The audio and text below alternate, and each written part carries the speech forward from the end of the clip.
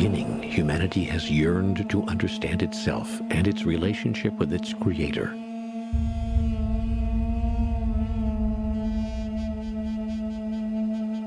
In the days of Moses, the Creator was known as the God of our forefathers, or the God of Abraham, but there was no real name for the divine creative presence.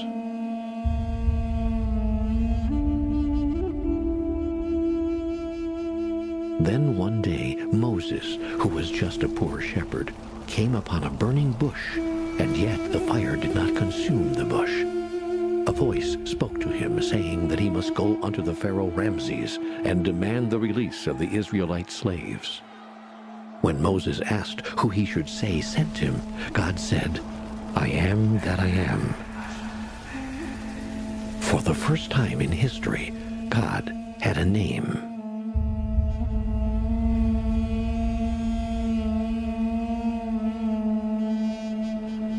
Armed with the power of God's name, I am that I am, Moses produced some of the greatest miracles of the Bible.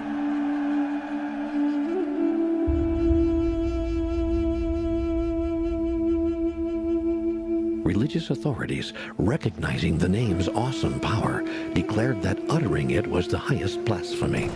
And so its strength was unrealized, misinterpreted, and misunderstood.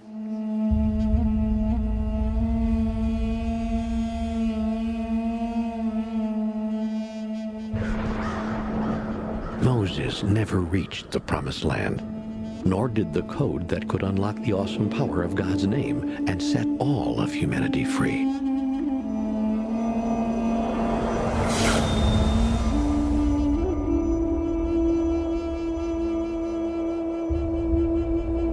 A code that could set humanity free. It may seem impossible, but Moses learned something from God that day that changed the world. In fact, we still talk about the miracles he produced. When God gave Moses the name, I am that I am, there was a simple code that went with it that unlocked the true power and meaning of the words. But then the name of God was banned, and uttering it was sometimes even punishable with death. And so the code was lost. A code is a system of letters, numbers, or symbols that communicates information when converted into normal language. If the Moses Code could unlock the power of God's name today, is it possible that we would have the power to create miracles just like Moses did 3,500 years ago? For the first time, world-renowned scholars, psychologists, and philosophers will reveal the Moses Code and how you can harness its energy to change your life. Today we have the power to destroy the world many times over, but the Moses Code unleashes a new kind of power, one that creates worlds and helps us fulfill our individual and collective destiny. Incredibly, the Moses Code is far simpler than you may have imagined. Most of us were taught that the name given to Moses was, I am that I am. That doesn't make sense without the code. In reality, the name was much simpler. The Moses Code is a common symbol, something that we see and experience every day. The Moses Code is a comma. The Moses Code is a comma? A comma. I don't think so. I am that I am with a comma. We're not saying that the Moses Code is a comma. We're saying the Moses Code needs a comma. I am that, comma, I am.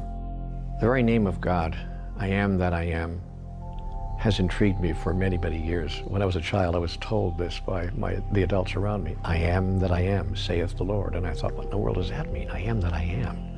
Then one day a spiritual teacher said to me, I want you to change your life in 24 hours. I want you to walk down the street for 60 minutes today, and I want you to look at everything you see, and I want you to identify personally with that. Whatever it is, the grass, the flowers, other people, the wino, the rich person driving by, the chauffeur-driven Cadillac, whatever it is, just look at it and say, I am that. So I did that. I walked down the street. I was with a friend. And I was saying in my mind, I am that, I am that, I am that. Whatever I looked at, if I saw violence on a TV screen, I am that. If I saw something beautiful happening in the park between a mother and a daughter, I am that. I was just saying that to myself and allowing myself to identify with all that is. And the friend that I was with looked at me and said, "What are you doing?" And I said, "Oh, I'm just saying I am that."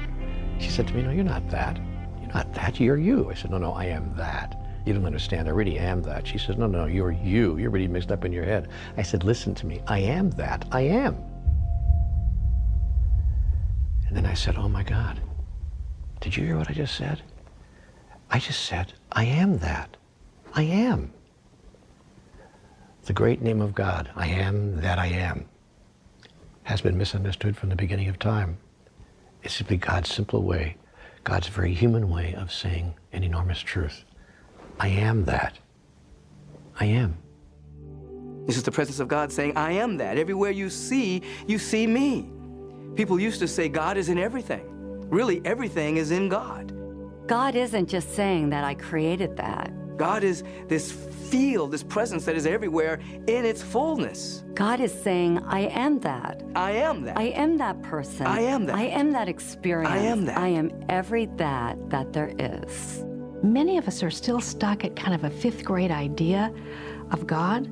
And so we have, I am that I am is this man in the sky with a white flowing beard and these big long flowing robes.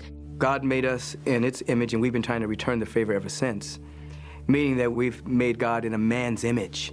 And this I am that I am is out there, ready to decide capriciously whether to bless us or punish us for certain things. Now, of course, God can't be jealous because God's the only game in town. God is infinite, omnipresent, omnipotent, omniscient, so there's nothing for God to be jealous of. So that was a primitive mindset, projecting human emotions onto forces they didn't understand. And we project that presence outward instead of having a relationship with that presence inwardly. If God actually is each one of us, then that would mean that each one of us is an embodiment of God. If that's true, then what would the possibilities be? What could we create? So we're walking to the wall now, where we're going to join thousands of other people encircling the entire old city of Jerusalem. But before we go there, we're going to explore 3 keys for unlocking the experience of being an embodiment of God, actually feeling in our bodies. And we're going to use 3 letters to do that, G-O-D, to help make it easier for us to remember. When these keys are applied to our lives, then we'll be able to turn that simple comma into one of the most transformative tools in history. The first key for experiencing ourselves as an embodiment of God is giving. We've all heard that it's better to give than to receive, but is that really true? And how can we give if we don't have enough ourselves? Mystics and saints like St. Francis said that it is in giving that we receive.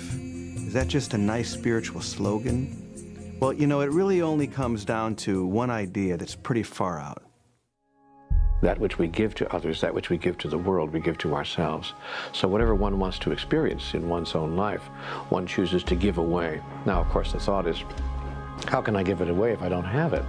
Because the reason I'm trying to draw it to me is because I don't have it.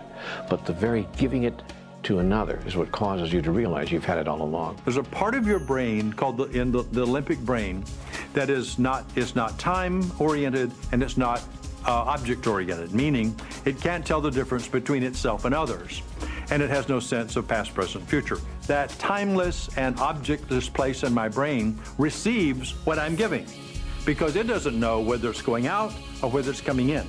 Whatever it is that we are creating for someone else, our bodies experience it first. So when we offer the prayers or the thoughts, feelings, and emotions of peace for our loved ones, halfway around the world or between nations, we are experiencing that peace and that healing as well. And in this way, once again, we see the example that giving truly is receiving. So, if you criticize other people, your brain doesn't know you're criticizing them. It receives it as if it was self-directed. If you care for and give to another person, that part of the brain doesn't know which way it's going, so it always receives. The brain always receives as a gift to itself what is given to another person. We don't even have physical contact anymore. We don't look at each other because of technology. We barely see each other face to face. So we're missing that connection also. Make that connection. Give back to someone. Let that person cut in line. Let that person in traffic. And I'm telling you, it just keeps, it'll flow, and you'll feel better for it. That there's a dimension about who we are, that as a result of giving, that's the only way we make that connection. That's why my favorite book says, the greatest among you will be your servant. A servant is a giver. I think service is misunderstood in our culture because we confuse service with servitude or servant, which to the ego is offensive, it's demeaning, it's like but there is a saying, and I always have used it, to service to rule. To be able to be of genuine service really allows you to feel that your energy and your efforts make a difference. September 2001, I was in New York. I awoke to the news, and my friend that I was staying with, Doug, we went to the roof of his apartment building and watched the World Trade Center crumble.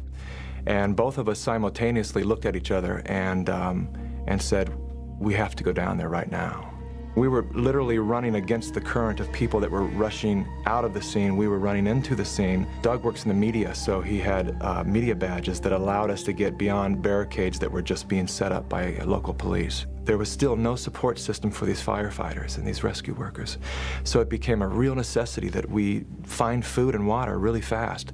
So we actually, with the support of a couple of NYPD police officers, we started looting all the nearby delis and supermarkets. And we had turkey meats, and we had the finest of New York delis meats and everything. After a while, it became clear that there was just one food that all the rescue workers wanted, and that was peanut butter and jelly sandwiches. And I later realized that it was because it was comfort food. And it was the first area where they actually did the first roll call. Fire chief stood up on top of one of the crushed fire trucks. There were probably 400 names that he called off, and at least half of them were not present. As the reality set in with all of the firefighters around, that they were not present because they were not alive. They were in the building. They started to literally crumble like dominoes all around us. They fell to their knees, they sat on curbs, and these big hardened men were just in tears. The earth movers came in to clear the way for all of the rescue vehicles, and Wall Street was lined with fine automobiles, so the only way to move them was to literally push them over with these earth movers. They just flipped the cars one at a time, all the way down the road, flipping cars out of the way. And I watched these material items go from being this beautiful car that I was drilling over to just being trash in seconds. We watched and we just stood there, you know, like 12 guys going, oh my God, how can they do that? But then it became really clear to me that it's like, that was so irrelevant to the task of finding people alive that all of the material world was just garbage at that point. It didn't matter. I had suited up, you know, rescue workers' uniform, basically, with the respirator and everything on. And this actually ended up becoming my pass to get into the ground zero, where it was nothing but qualified rescue workers. And here I was, just a civilian with really no qualification to be there. So the first victim that was found was this little man in a suit, and he had been completely crushed and disfigured under a fire truck. And I stood there looking at him and imagining what his story must have been, that he likely hid under the thing that felt the most secure, like a fire truck.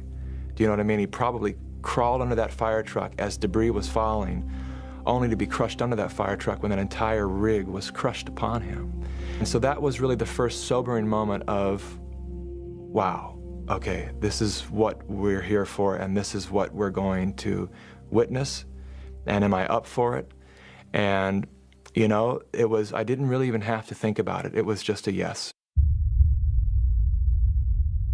We have to understand that when we perform service for others, we're not really doing that. I mean, it looks like in the illusion that we're doing that we are serving others, but the truth is there's no one else to serve but the self. There's nothing going on in the world except self-service. The more you give, the more you receive. But the desire to give is not strictly for getting in return. You know, there's not this intellectual thought of, okay, well, I'm going to give to you, you, and you, because if I do, then maybe I'll get something. Most of us operate in that mode already. Moses didn't do that. He just gave and received and served. We want to give as God gives, without expectations, without wanting anything in return, just to connect with another person, to serve in the grandest way. Greatness is your capacity and your willingness to be of service. Service to what? Service to love, service to peace, service to beauty, service to God, service to joy. I think that when we do that, when we take our attention off all of our problems and all of our circumstances, and we put it on somebody else, it's the thought of doing that that allows us to lose track of ourselves and lose track of our problems, and that's an act of creation.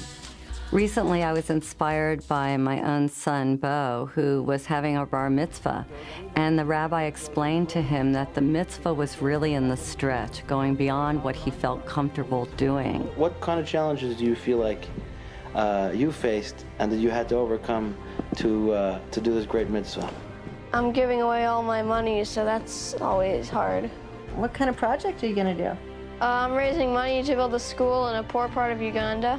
He decided that he would build a school. An entire school? Yeah, a 7-room schoolhouse. And donate 100% of his money. Moses did exactly the same thing you're doing, Bo. He left his comfort zone to do something good for people that desperately needed it. The village where Bo's project is going to be built is called Chikoiro. And the difference between a child going to school and not going to school is really the difference between life and death for many children. It says, Bo, I've decided to put my money towards the school. We've received money from over 500 people. That's great. How old is she? She's only 12. That's weird. No, I think that's beautiful. I know. That's awesome. They were just ecstatic, and they really got that this was a child helping children. How does it feel to be a philanthropist? What's a philanthropist? This has been a tremendous opportunity, not just for the children of Chikoiro, but also for kids in the U.S. to get the idea that there's more that they can do. There are some people that don't have the capacity to receive the good that wants to come into their life, and they end up becoming martyrs. They end up burning themselves out because they give, but they never replenish themselves through being available to the presence expressing through them through receptivity. The couples who proceed slowly in therapy, the couples who seem to never get there, and no matter what happens in the relationship, they just don't, quote, really improve, have what we call a defense against receiving. They have no receptors for letting stuff in, not only letting love in, but letting compliments in, letting positive statements in, letting appreciation in. To surrender yourself enough to be able to receive, first from God, the Holy Spirit, and then from those around you, I think is one of the most sacred acts that we perform. The complete whole state is an individual that gives with ease and with grace. They're here to give, to share their gifts, their time, their talents, their capacities, while at the same time they're in tune with the fundamental order of existence, their real being, and they're receptive to this flow through them. They can receive love, they can receive intuitive hits, they can receive wisdom and guidance, they can receive the beauty that is everywhere. So there's a complete cycle, and ultimately giving and receiving are one. Most of us have heard prophets and sages and enlightened beings say that we're all one. But we look out at the world and we see separation everywhere, so how can that be true? Does that mean that I'm one with Jack the Ripper as well as Mother Teresa? Does that mean that I'm one with you? Are these just airy-fairy ideas, or could this be the next step in all of us realizing that we're actually an embodiment of God? The fundamental principle that you find encoded in all major religions, all authentic spiritual paths, is this spiritual idea called oneness. That we are at one with life, we're at one with the presence of God, we're at one with each other. We find that in all the traditions. Hear, O Israel, the Lord our God is one. One presence, one power. The Atman, the Buddha nature, the Christed one. It's in quantum physics. Rupert Sheldrake, the unified field, one presence everywhere. This oftentimes doesn't seem to square with physical evidence. primarily because the average individual sees the world through the filter of a sense of separation. They see the world through their senses. And if you're more in the ego, then you're going to sense survival fear, this angst that you've got to get yours, that it's all about getting. Through spiritual practices, you go beyond the sensory realm and you enter into a field where you see, not with eyesight, but with insight, that everything is connected.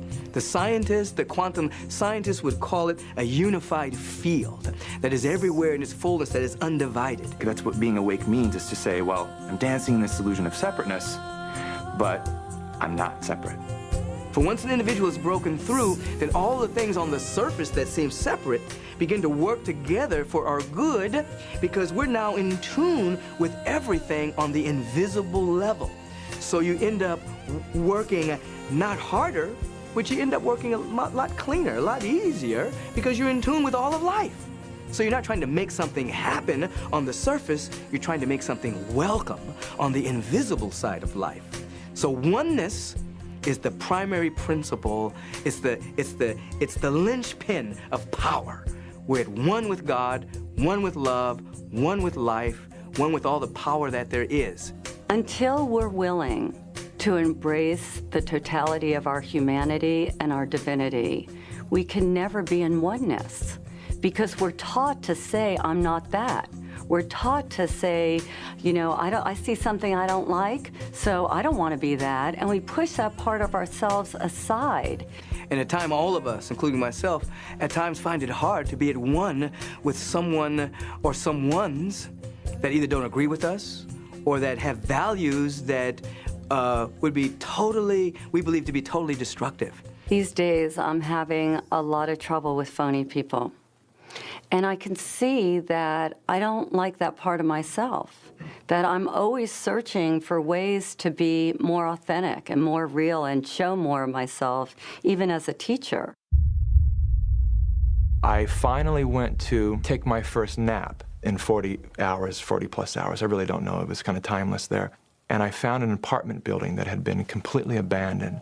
And so I went into the lobby of this apartment building, and I found a couch, and I dusted it off, and I laid down on the couch with my face against the back of the couch, and I cuddled up, and I bundled up, and probably about a half hour into my sleepless nap, I could feel the little man, the first victim that we found, the little man in the suit.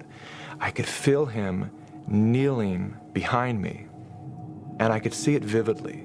He was kneeling behind me, his disfigured face staring at the back of my head. I could feel his breath on the back of my neck, and I was pretty terrified. And I just laid there for, I don't know how long it was, 5 or 10 minutes, just thinking, what is he doing? And I was still and quiet long enough for that voice, that voice, whatever you want to call it, my internal voice, that said to me very loud and clearly, this could be your Vietnam, or ... And it just left me kind of hanging like that. I didn't know what the ... was, but I knew what the this could be your Vietnam meant, having grown up seeing all of the ex-vets with all of their drama that they've brought back from the war and their flashbacks. Having just had my first Ground Zero flashback, I knew that this could be something that could stay with me that way for the rest of my life, and it could probably trouble my future. And I knew that the answer to the or was back out on the rebel. So I got up and I suited up again and I put my mask on and I walked around the building, and as I rounded the corner, they had put up a new work light, and it was this very bright, brilliant light. And everything just seemed so bright and so brilliant that I was like just struck. And I just looked around at all these people, and everything just instantly appeared different to me. And I stood there with tears in my eyes. It felt like the world was in slow motion. I was watching people go by, and all I could see was just spirits crossing and spirits working and chain gangs of spirits. And it was so clear to me that everything was interconnected, and it was all one big body of God. Everybody had dropped their egos, they had dropped their identities, they had dropped their rank, and they were working together for the greater good of all. And I was so lit up with possibility for humankind of what it can be like when we all are working together in this way. And I could really get beyond concept what oneness was. Knowing that the entire world was experiencing what it was experiencing, all the separation and fear and chaos that was going on in the world, here I was standing there experiencing the greatest bliss and beauty of my life. And I remember just wishing that the world could see this situation through my eyes. When I first decided to be on this spiritual journey, I was really looking to become a better me. And my sister always told me that I was angry and I was selfish and self-absorbed and these whole list of characteristics that I didn't want to be. So I started working on becoming this nice person. And I learned how to talk in a nice voice, and I learned how to give things away that I had if you wanted them. I did all these things. And then I went to a seminar one day, and I'm standing there and everybody's looking at me. In the middle of this seminar, this woman shouts out, "You're a bitch." And I thought, well, I know that. How does she know? And she said to me, "Let me ask you something, Debbie. If you were remodeling a house and you were 6 weeks late and $20,000 over budget, do you think it might help to be a little bitchy?" And all of a sudden, a light went on, because I thought if I just got rid of all my bad qualities, and believe me, I have plenty, that somehow that would make me a good person. The piece I was missing is that every dark quality of mine came bearing gifts. And you can go down the list. Things that we see that are very negative oftentimes have the effect of taking us to the next stage of our evolution. You take somebody like a George Bush, he was an evolutionary trigger. He's galvanized the peace movement, parts of the peace movement that had never spoken to each other in many years, since the 60s. He comes along with a war ethic and a preemptive strike war ethic. Peace movement starts talking. So he actually was a very positive force for the evolution of many positive things on the planet. See, if I want to grow and evolve spiritually, I have to take my projection off of them and own and embrace that part of myself. We have to be lovers of humanity. We have to be lovers of ourselves, and even seek to love that which our ego or our mental perception would say, you know what, I can't love that. I'm a phony bitch. Now the question is, how am I going to love myself being a phony bitch? Go within and embrace it anyway. And even as I say this, they're probably going to bleep me out, because nobody can bear that they might be a phony bitch. So then they've got to shut me down, and we all have to pretend like we're not that. People get confused in this conversation because they'll say, well, I'm not a murderer, or I'm not a rapist. But I would say, find out what kind of person would be a murderer. What kind of person would be a rapist? Those are the questions that we must ask ourselves, because maybe a rapist would be somebody who's wounded or sick. We all have a wounded part of ourselves. We all have a sick part of ourselves. We all have a twisted part of ourselves. And even though we'd like to fit into the ego's ideal of being a perfect human being, we're not. We're all that there is. And when we can open our hearts and have compassion for the part of us that might murder, we have no idea that if we're capable of that, especially if we're living and watching this film. But maybe in the right or wrong circumstances, we are all capable of anything. The most beautiful, glorious act of greatness, and what we would consider one of the most horrible crimes against humanity. And when we embrace all of ourselves, knowing that we're both human and that we are divine, well, voila, all of a sudden you have a whole human being, and what you feel is oneness. I was married to a woman who was in so many ways the embodiment of all the things we're talking about. Linda has always been such an inspiration for me, and I know for so many other people, because of her kindness and her beauty. When my daughter and I were in Minnesota with family, we woke up the next morning to hear that 2 men had broken into her apartment and had killed her. the anger and the grief and the profound sadness for me was overwhelming. My daughter and I and a couple of others, we were talking and crying. It was very late at night and my cell phone was beeping because the battery was wearing down. And so I just hit the button to turn the power off, but for the first time it didn't go off. Something very different happened. And the one and only picture that I had of Linda on my phone flashed full screen and froze there, and we felt her so profoundly connected with us. And it was in that moment that I felt this profound shift within me, even toward these men who had killed her. For me, the powerful emotion that I felt over and over again was this connection, this compassion for people who must have gone through something truly terrible to have committed such a terrible crime against a woman who was so beloved and so cared for by everyone that knew her. And there was a song that I wrote and performed at her funeral, and it was a way of both healing my heart but also imagining what Linda would say from the other side of the veil if she could reach back and speak to us about oneness.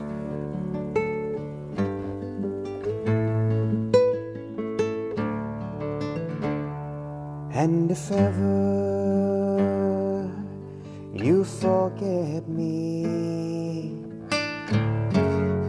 just call me by my name, and my soul, it will answer time and time again. And if ever you should leave me, I'm never really gone. You can find me deep within you, in the one.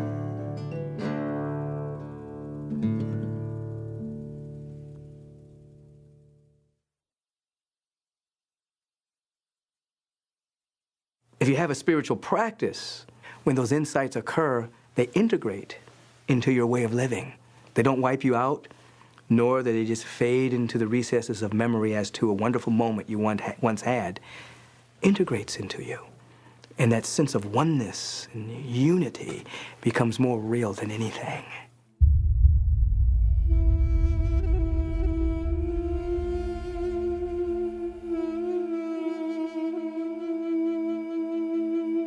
Do you have a destiny? Moses believed that his destiny was to lead the Israelites out of Egypt into the Promised Land, while on the other hand, Forrest Gump felt that life is like a box of chocolates and you never know what you're going to get. It can be a little scary trying to tackle an idea so big, but it might be worth another look, since the final key to experiencing yourself as an embodiment of God is to uncover your deepest yearning and your reason for living. The calling is always upon us. There's always something within us that wants to become conscious of itself as us. It's called the next stage of our evolution. There's something within all of us that we must express. So Moses represents you and me, an ordinary person on an ordinary day having an extraordinary experience, where Moses climbs a mountain and there he has an encounter with a presence that shows up as this flame in a bush that is burning, but the bush won't be consumed, meaning that the source of this presence isn't in the material realm. The source of this presence comes from and is presencing that which is divine and eternal. And Moses doesn't know quite what to do with this, as either you or I would do. He knows there's something in him that knows this is about to completely transform his life. Now, I consider myself a fairly spiritual person. But if I were sitting here today and the bush were to start burning, in my mind, I'd go get the fire extinguisher. The bush is always glowing. I had opportunity to be with a powerful shaman in Africa a few years ago, and we were traveling at night, and I was kind of stumbling, and they were just walking through the jungle like it was daylight. And we went out to a clearing and had this very powerful experience out there, and after the experience, everything was lit up. Everything was aglow with this fire. The leaves were on fire, the ground was on fire, everything was aglow. And I was aware that these individuals that were taking me through the jungle, they were seeing like this. They had this night vision that allowed them to see the luminosity from all of nature. And in that instant, I had the same thing. I had that kind of a spiritual night vision that allowed me to see that everything was ablaze with the Spirit of God. And I thought about Moses seeing the burning bush.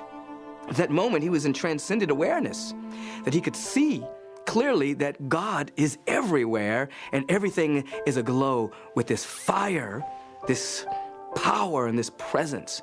Moses was having a good day. When Moses asks the bush, asks this flame, asks this presence, who are you?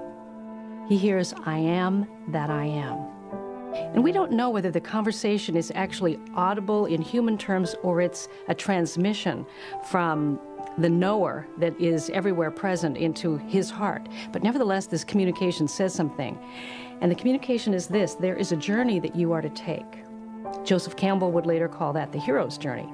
That there's a journey that is for each one of us to take, that takes us from our local, temporal, egoistic point of view or self to an understanding, a person of destiny, a person of wholeness and completeness, and that journey is the Moses journey. Moses didn't think he was worthy. And so that unworthiness combined with willingness provided a space for the presence of God to come through, because Moses wasn't blocking God out with his ego. So the rest of the story is both a literal story, a historic story, but it's also a meta story. It's a story of you and the story of me. And all the characters in that story are parts of ourselves. So Moses is then told that he must go and free the slaves, and he is to take them to the promised land, or to fulfillment, to the land of milk and honey. And he questions, I can't do this. I mean, he stutters, he can't speak well. He's like, who am I to do this? And you and I feel the same way. When a dream, an idea, a calling, something calls to us about make a difference, give something, do something in your local community, do something for the world, do something for your family, do something.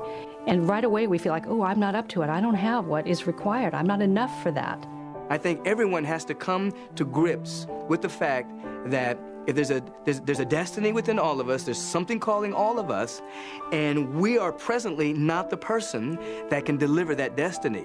We grow into it as we say yes to it. There's an old statement that God does not call the qualified, God qualifies the called. So that when we answer that call, then the presence qualifies you. It qualified me. I didn't have all of the skills, I didn't have the resources, I didn't have the money, I didn't have the space, didn't have anything. But God qualified me through my yes. So people showed up, resources showed up, buildings showed up, individuals who could catch the vision that I was articulating showed up, and then I changed, I grew. So the person that said yes is not the same person sitting here today. The person that's sitting here today saying yes to the next stage of the vision will not be the person that inherits and articulates and manifests that aspect of the vision. We're constantly evolving and growing and unfolding based on our ability and our willingness and our capacity to say, yes, I'm willing, yes. And so Moses agrees to the journey. And there's that part of us that says yes to our own destiny, that says yes to our purpose as we discover it. And then, of course, comes having to encounter Pharaoh. Not only the historic Pharaoh, but the personal Pharaoh. The personal Pharaoh is our intellect. It's the part of us that's all made an agreement with the kingdom of our lives as we've known it, with everything just as it is, the status quo, the comfort zone. And then there's this part of us that wants to emerge, this part of us that wants to make a difference. And there's a whole argument that goes on internally about, no, I'm not about to make that change. And ultimately, in this story, which is your story and my story, the hero's journey, the trouble builds up, the trouble gets tougher, things get more and more complicated, and finally, in desperation, Pharaoh says, okay, go ahead, take the people and go. Now, the thing that I find very interesting about Moses is that he had a speech impediment. We don't know what kind it was, but one might think, why would God choose someone with a speech impediment, let's say a stutter, to deliver 4,000, however many, unruly Israelites into a new way of being? So here they are fussing and arguing among themselves, and Moses with his speech impediment, you would say, why does God have such a sense of humor? And you say, why would he choose Moses? One of the reasons why God could use him is because of his humility. And oftentimes, people that seem that they're lacking something within themselves, they become great vessels and great vehicles for the power of God to express through, because there's nothing to inhibit the flow from expressing through them.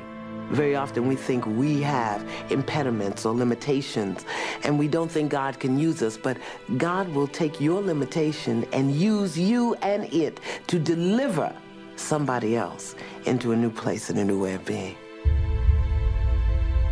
So the sea opens, and then the real journey begins, because they spend 40 years in the desert.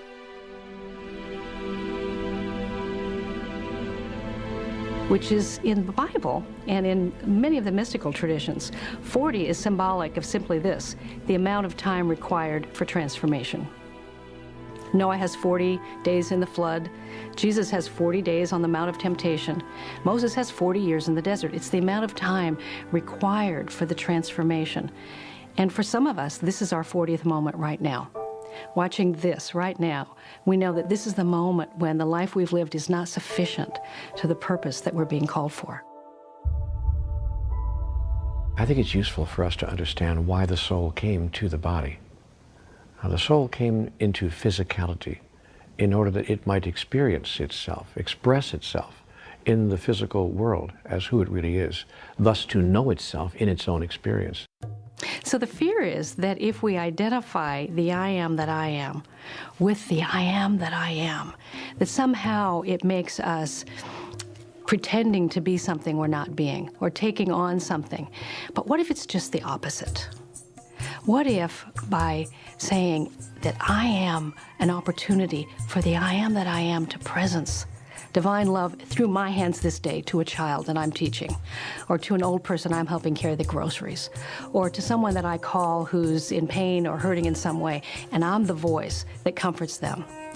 What if when we give ourselves just the possibility that if we allow ourselves, the I am that I am might be an avenue through which the I am, that is God, that is the presence, that is the power of life itself, might find a way, an entry point to make a difference for good right here on planet Earth. But we got to be careful here, because when the ego starts to think that it's God, it just gets arrogant, it gets greedy, it takes us over completely. It's not a pretty picture. We have to dip into our soul, to our essence, in order to be all that there is. The difficulty is this. We're a mixture of a constellation of different identities that have emerged for different reasons. We're mothers, we're fathers, we're brothers, we're sisters, we're employers, we're employees. There's all kinds of identities, and every single identity is pulling upon our energy for its survival. However, there is a central identity, which is the I am presence. There's a central identity which is not in comparison with all other identities or in comparison with anybody else. It's the image and likeness of God. It's a unique configuration of infinite potential, infinite possibility.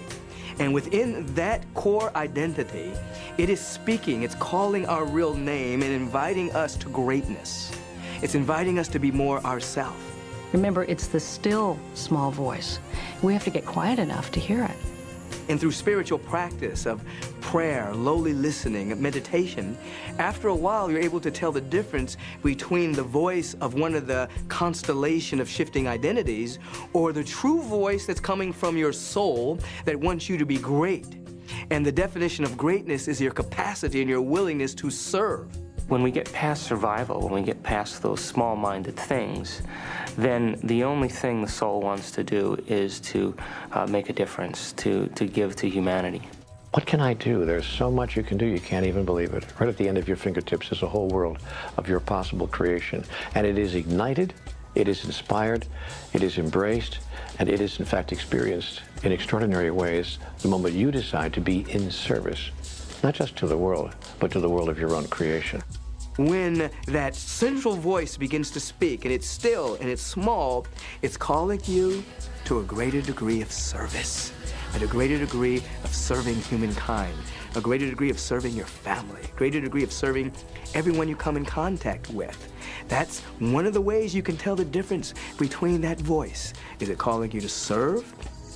Or is it calling you just to take care of yourself? If it's calling you just to take care of yourself, it may be coming from the ego. The question often rises for us, so how do I know the difference between God's will and my will, and do I have a will? What do I do with my will? And my understanding of that is that, where is God? Jesus said the kingdom of God is within you. So within us, we know we have the Pharaoh part, or the intellect, or the part of us that argues for circumstances that we know. And then there's the prophetic part, or there's the part of us that does have a destiny, that does have a call to make a difference for good. And so when we align the Pharaoh with the heart, then we align our will with God's will. When we enact creation, we are emulating the Creator.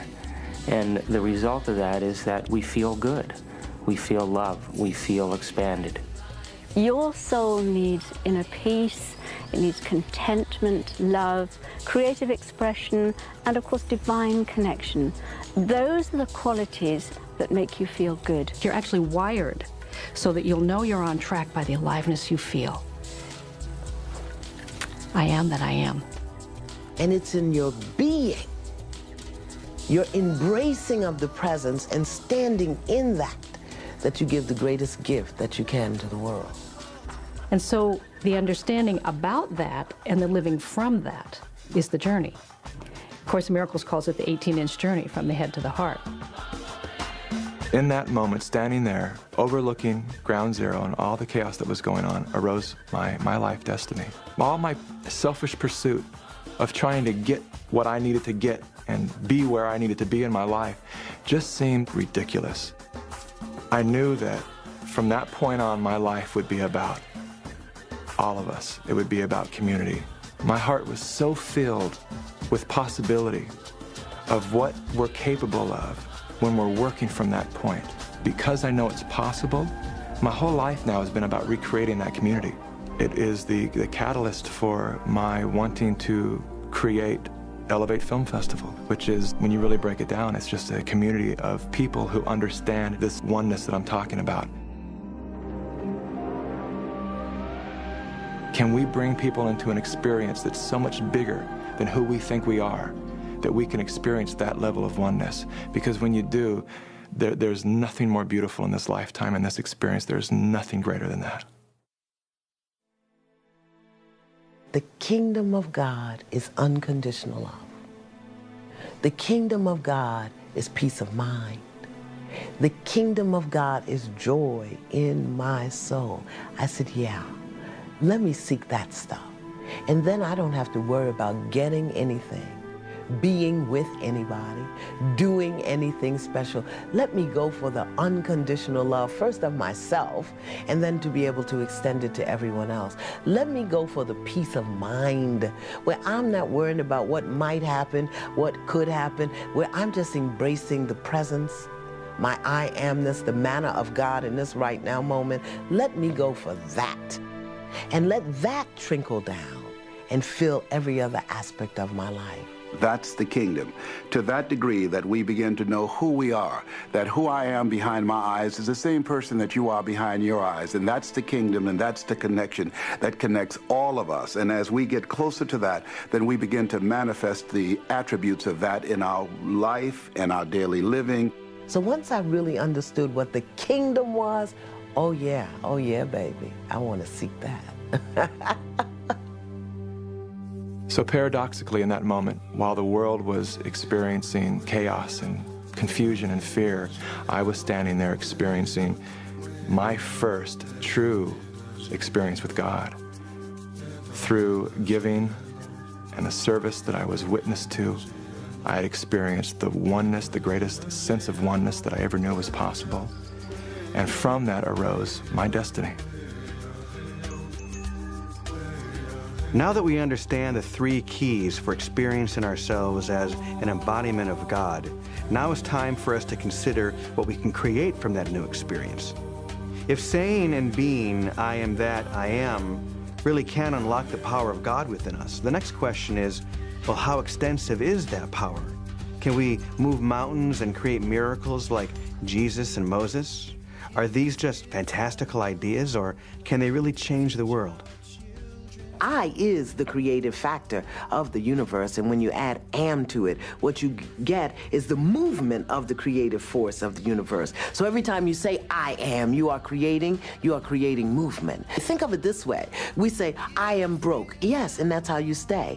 I am lonely. Yes, and that's how you stay. But if we were to begin to use the creative force and energy of that name, I, and the movement of am, to say, I am whole, I am holy, I am complete, I am beautiful, I am gorgeous, I am wealthy, I am, we begin energy moving in our life, and we re-educate our souls. That's all Moses had to do, was to bring that oneness, that creative energy of God, and put an action to it. And Pharaoh had no choice but to back down. He recognized what he was dealing with. He was able to take the I am presence and lift up an entire nation to see who and what they really were and whose they really were.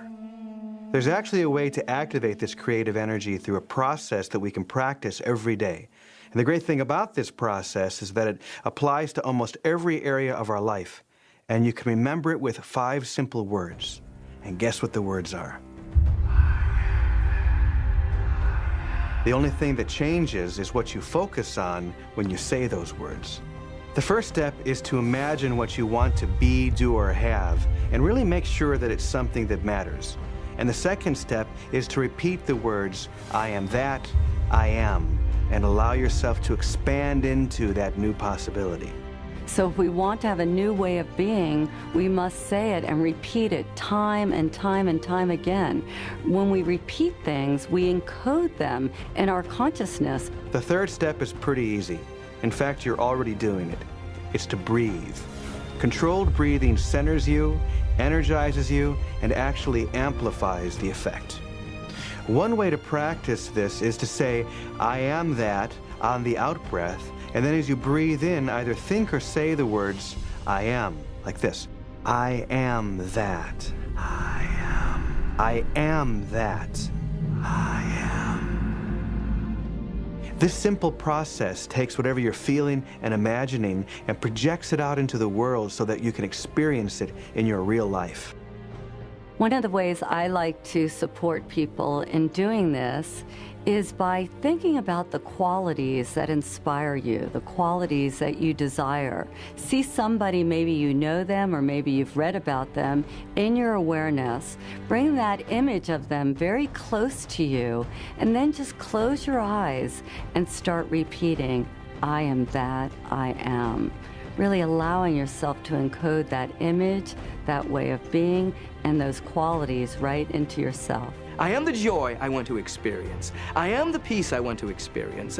I am the beauty I want to realize. I am the abundance I want to realize. And through the power of that declaration, through the flow of that kind of energy, it manifests in and as your life. When we talk about manifestation or getting stuff, no, we want 2 cars, 3 houses. You got 1 butt. Why do you need 4 cars? You know what I mean? I could say the same thing about shoes. I've got 2 feet, I've got 80 pairs of shoes. But it's manna to my soul. But manifestation of things is not the same thing as manna, the presence of God that supplies your every need. There's some people that are dominated by the ego, and they try to get. They try to use the principles for acquisitiveness, to get things. And they hoard, and inside, they're very poor people. They may have a lot of stuff, but they're just poor people with a lot of stuff. Advanced students understand that it works exactly the opposite, not to try to magnetize something to us, but to try to bring something through us. Many people say, I just don't know who I am. They don't know their soul. They don't know their soul. And it's great. People think they can reach out, get the cars, the jobs, the best relationships, the money. People get that, and more power to them. But they still say to themselves, I still feel empty. What's missing? You forgot about the soul. And that's really what we want. We want the grace and the majesty and the presence of God to so fill us until it's unspeakable. Because if we can speak it and call it something, we'll try to fix it and change it. So we just want to be. And in that beingness, we have the manna, which is the manifestation of the presence of God. And it's not about a car or a house. it's about the presence of God.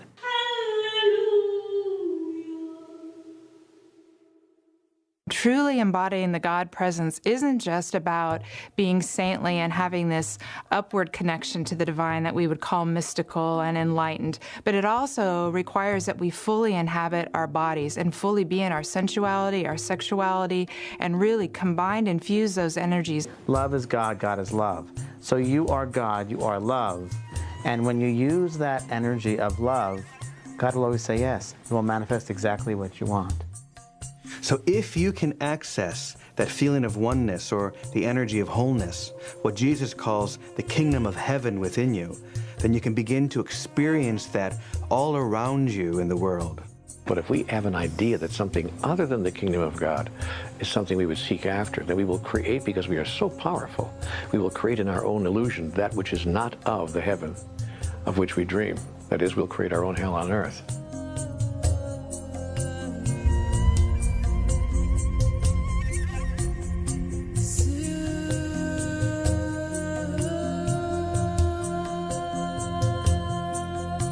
Moses and the Code never made it to the Holy Land, and since then Israel has been in constant conflict. Millions have lost their lives due to a misinterpretation of the name of God, and religious factions have been fighting for centuries, ironically, in the name of God. But thousands of people of all races and religions are flying in from all corners of the world, armed with the powerful intent to finally bring peace to the Holy Land by literally embracing the old city of Jerusalem.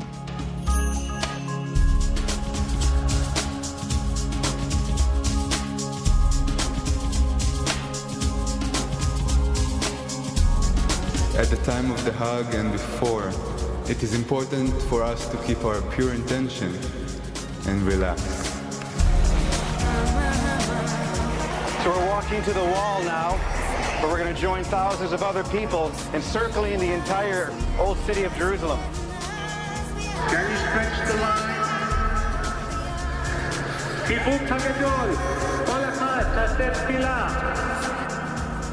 We're here facing the wall, so as you breathe out, you say, I am that, meaning I am that peace in Jerusalem. Feel the peace radiating from this city.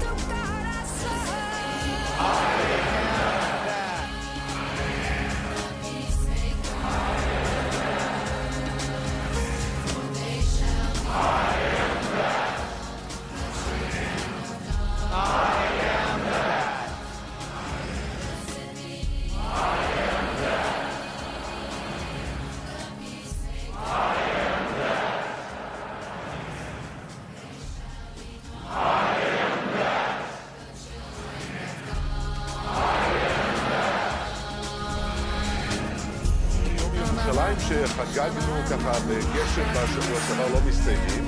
הנה הפעם מחבקים את ירושלים. And so, 3,500 years later, Moses' journey is complete by delivering the true meaning of the name of God to the Holy Land. It began with a conversation, but continues today through each one of us. The door has been unlocked. Now it's up to us to step into a new world.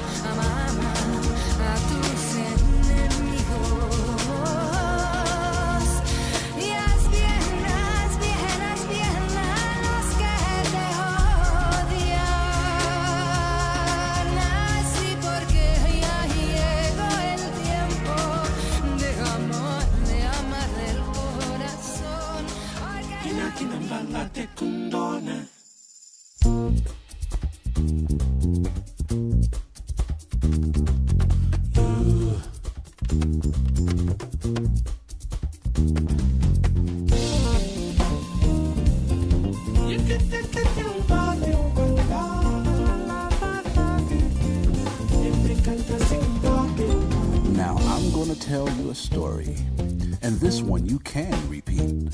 I saw God the other day, just walking down the street. I said, hold on just a minute. How do I know it's really you? She gave me a simple answer. She said, you don't, unless you do. Wait a minute, I don't quite understand all this. Tell me, what do you want with me? You see, I'm not a religious type of person. And he said, you don't have to be. She looked like you, he looked like me.